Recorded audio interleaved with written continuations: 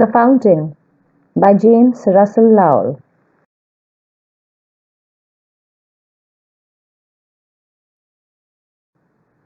Talking about the poet, James Russell Lowell was an American romantic poet, critic, editor, and diplomat.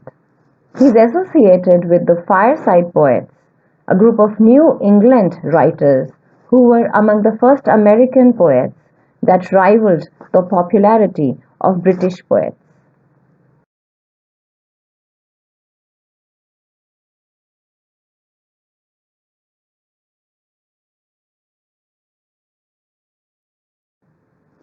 So, children, before we get into the explanation of the poem, let's start with the summary.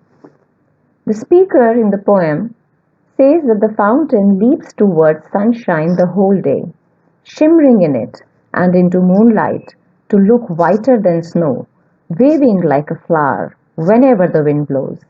At midnight, it seems to rush as a spray towards starlight, as happy as it was during the day. It is always cheerful, never tired of moving upwards continuously. It seems to be happy in all kinds of weather and finding its rest in constant movement. It looks as if it cannot be controlled, changing every moment and yet being the same fountain, as if it aspires continuously to rise and is yet content to rise as far as it can. It is in its element, in sunshine or in darkness. The speaker asks the fountain to bless his heart, to always look upward like it, and to ever be fresh and changing. So, moving to the poem itself. Into the sunshine, full of the light, leaping and flashing from morn till night. Into the moonlight, whiter than snow, waving so flower-like when the winds blow. Into the starlight, rushing in spray, happy at midnight, happy by day. Ever in motion, blithesome and cheery, still climbing heavenward, never aweary. Glad of all weathers, still seeming best, upward or downward, motion thy rest. Full of a nature nothing can tame, changed every moment, ever the same. Ceaseless aspiring, ceaseless content, darkness or sunshine thy element. Glorious fountain, let my heart be, fresh, changeful, constant, upward like thee. So, looking into the meaning of the poem, starting with the first stanza. Into the sunshine, full of the light, leaping and flashing from morn till night. In the very first stanza, the poet describes how the fountain looks like and its motion in the sunlight. He says, in the sunlight, the fountain of the water keeps jumping up out of the spring from morning till the end of day. It seems to shine even brighter in the light. Into the moonlight, whiter than snow, waving so flower-like when the winds blow. In the second stanza, the poet describes how the fountain looks like in the moonlight or at night. He compares the water with snow and flowers. He says that the water looks whiter than snow at night. He further compares the water coming out from the fountain with the white flower. Into the starlight, rushing in spray, happy at midnight, happy by day. In the third stanza, the poet describes how the fountain looks like in the starlight. At midnight, it seems to rush as a spray towards starlight, as happy as it was during the day. It is always cheerful, never tired of moving up continuously. The fountain inspires the poet to always stay happy unconditionally. In motion, blithesome and cheery, still climbing heavenward, never aweary. The poet says that the fountain stays in motion all the time. It never stops, still never gets tired.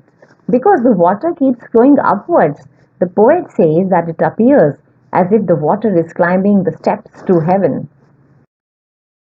All weathers, still seeming best, upward or downward, motion thy rest. No matter what the weather is, the fountain stays happy forever. No matter in which the direction it moves, upwards or downwards, it always finds rest, even while staying in motion. Full of a nature nothing can tame, changed every moment, ever the same. The fountain is a part of nature. No one can control it or stop it from flowing. Though the water making up the fountain keeps changing every moment, it always looks similar. Ceaseless aspiring, ceaseless content, darkness or sunshine, thy element. It is constantly aspiring to rise to new heights and yet is content with the height it is already on. Its satisfaction never seems to cease, implying that it is satisfied in all its stages. Moving to the last stanza. Glorious fountain, let my heart be fresh, changeful, constant, upward like thee. The speaker addresses the fountain, calling it glorious. The poet now wishes that his heart should always stay ever fresh, ever changing like the fountain, but at the same time stay constant with a feeling of calmness and satisfaction. The fountain inspires him to achieve his highest goals in life by keeping rising upwards. He hopes to stay happy and cheerful in all situations of his life, just like the fountain. Looking into the literary devices used, first we can see the visual imagery. So the visual images of the fountain in sunlight, moonlight, and starlight. We have words related to joy, happy, blithesome, cheery.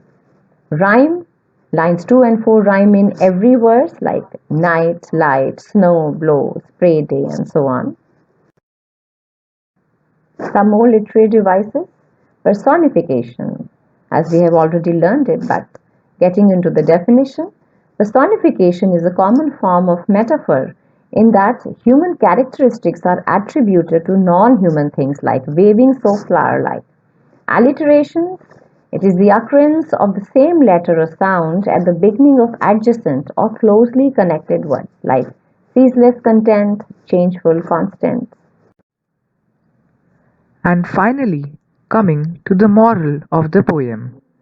The speaker looks at the untiring movement of the fountain going up and down throughout the day and night. It exhibits happiness every moment. It is forever moving, either soaring or falling, and each movement is filled with cheer and delight. The glorious fountain inspires us to be happy and be constant in our positive attitude towards life, whatever difficulties may befall us.